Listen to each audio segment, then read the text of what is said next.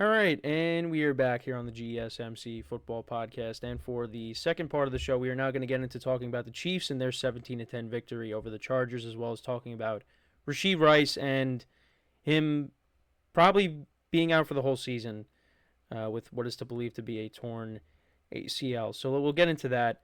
And look, the Chiefs are 4-0, but they're not a good 4-0 team right now. They're not playing like it. Mahomes is still turning the ball over, and threw an interception. What was it? It was in the first quarter, I believe. And just watched the replay of the Rashee Rice injury. So Mahomes went low on Rashee Rice. It was friendly fire on his own teammate. So he was kind of the reason why Rashee Rice got hurt, or was the reason Rashee Rice got hurt. But actually, their first two drives were turnovers. Carson Steele fumbled. They were on the Chargers 30. Carson Steele fumbled, and he got put in Andy Reid's doghouse because they barely used him after that. And the Chargers turned that into a touchdown drive, 10 plays, 74 yards. Justin Herbert connected with Ladd McConkey for a 7-yard touchdown, so that made it 7-0. And then literally the first play of the next drive, Mahomes throws a pick. And like I said, Mahomes went low. And obviously, he didn't mean to do it, but that's just what ended up happening. His head hits Rashee Rice's knee.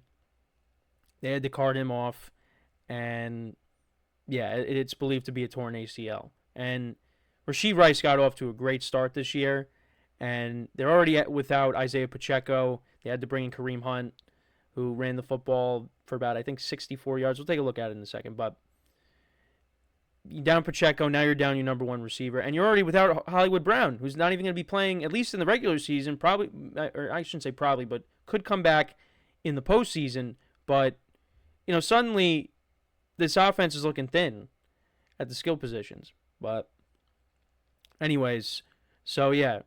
But what ended up happening was there was an interception, then there was a fumble, but the Chargers still retained possession. They turned that into a field goal drive.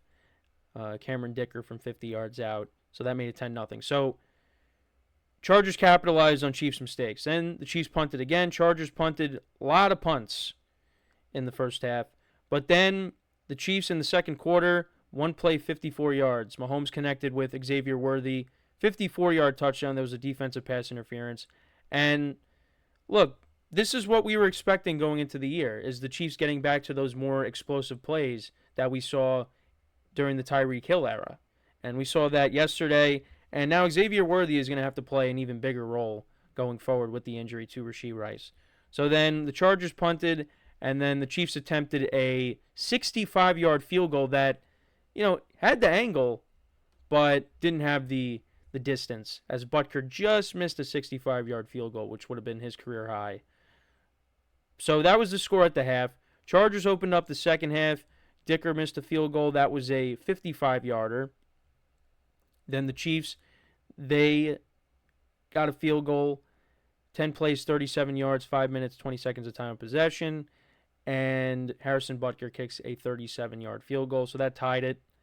Chargers turned it over on downs, a couple of punts in the fourth quarter. Then the Chiefs went 5 plays, 60 yards, 2 minutes, 12 seconds of time of possession.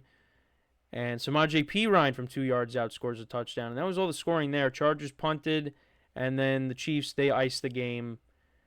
And that was it.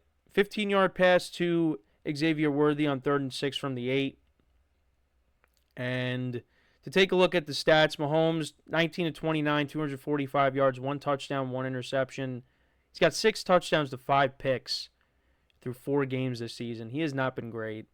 And they're another team, I'm not worried about it, because considering what happened last year, it could happen again with them struggling, and then they get to the postseason and they start clicking again. So, and they're 4-0.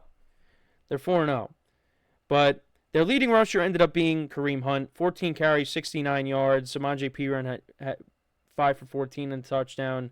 Carson Steele only had 2 for 6. Like I said, after the fumble, they just did not use him. And guess who their leading receiver was? Travis Kelce. 9 targets, 7 receptions for 89 yards. Listen, people are concerned about him, that he's washed, all that. I get it. He's 35 years old.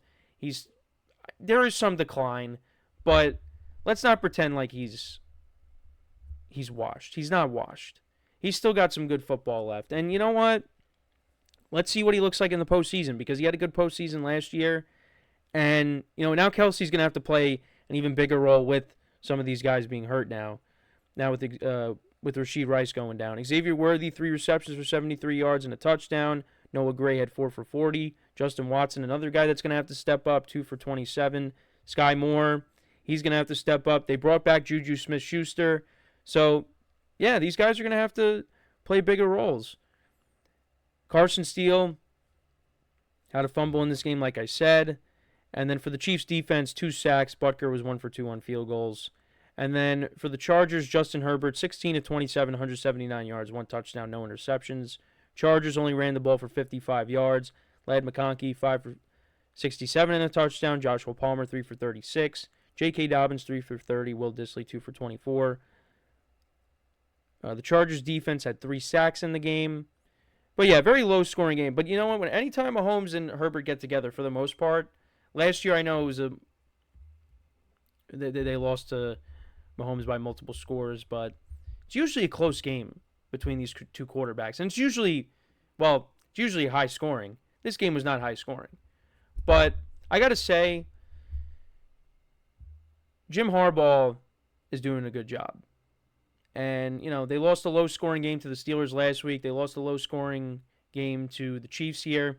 That team has improved. The problem is the offense is kind of limited because you got some young weapons that you're still trying to, get on the same page with. Ladd McConkey's looking good so far in his rookie season. The Chargers, they're still a team that's, it's a transition period. But this team is going to be good in the long run. You already could see Harbaugh starting to change the culture there. For the Chiefs, look, this is what we saw last year with, the offense not looking great at times, Mahomes turning the ball over. But now, Rashee Rice, who, like I said, he got off to a great start. And now you lose him, guys are going to have to step up. And I think the Chiefs are a team that can ultimately overcome all this because they're the Chiefs and they've been there. They've won a ton of championships already in the Mahomes era. Well, if you want to call 3 a ton, but still, they've won a lot. And I think they're going to be able to handle it. But they haven't looked great. They're 4-0, but it hasn't looked pretty. So, and next week they take on the Saints, take on Derek Carr, an old AFC West opponent.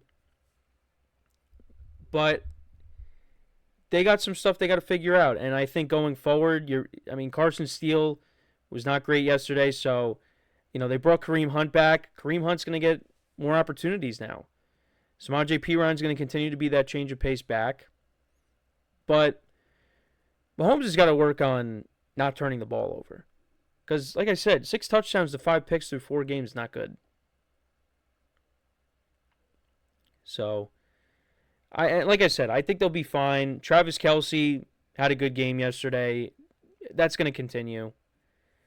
But, these guys like Worthy, Sky Moore, Justin Watson, Juju Smith-Schuster, are going to have to step up. Juju Smith-Schuster was kind of the wide receiver 1 a couple years ago when they won the Super Bowl against the Eagles. So, he's going to have to play a bigger role. Xavier Worthy, that's going to be a guy that defenses are going to key in on now even more. He had that long touchdown yesterday, but the guy is ridiculously fast, and, the teams are not going to want to have him do that against them when they eventually match up with the Chiefs. So, they're going to have to game plan for that. But, yeah, Chiefs are getting hit with injuries. And are they going to be able to overcome it? I think so. I've said it. But just unfortunate that there was a little friendly fire on that collision during that interception that now leads to Rashee Rice being out for the season. And they're just going to have to overcome it, which I think they will. I think they'll be able to do that. And they're 4-0. It's not like all this is going on and they're, 1-3 or 2-2. They're 4-0. But at some point, they're going to lose a game. Could be, in week 5. It could be, it's going to be at some point. I'm not gonna. I actually don't really know what their schedule is like after week 5, but they will lose a game at some point. So, but again, this is just. I'll keep saying it. This is another reminder that the NFL is unpredictable. So, but the Chiefs, they improved to 4-0. The Chargers, after a 2-0 start, they have now dropped to 2-2. And Justin Herbert, we weren't sure if he was going to play or not. And in this new offense that he's in, I'm really expecting him to put up a lot of passing stats, big passing numbers. Because it's a team that runs the football and, still got a receiving core to work things out with, like I said. So, I mean, Herbert's going to have big games, but, there's games like this where he passes for, less than 200 yards. But that will change. I mean, this is not going to be every single game. He's going to have his big games. But, yeah, they only put up 10 points here. So, but let me know what you guys think in the comments about this game. What were some of your takeaways from it? Let me know in the comments. Like I said, Chiefs improved to 4-0. Chargers dropped to 2-2 on the season. So before we go to break, just want to remind you guys once again, tip or donate, get your comments recognized. Make sure to hit that super chat button in the chat. This will help create a super chat for you for any thought or comment that you want to see get highlighted during the live broadcast that I will acknowledge. Makes the show more lively, more entertaining between myself, the host, and you guys, the viewers. We appreciate your guys' viewership each and every day, so any contribution you can make to the show means the world to us as we put out content for you guys each and every day. And also the other way to help out the show is by going to the link at the bottom of the show segment on the ticker, GSMCPodcast.net. That is GSMCPodcast.net. So when we come back from our second break, we're going to take a little shift to college football for a second. We're going to talk about the Alabama-Georgia game and some of the other big matchups in college football from this past weekend. So with that being said, stick around, and we'll be right back here on the GSMC Football Podcast.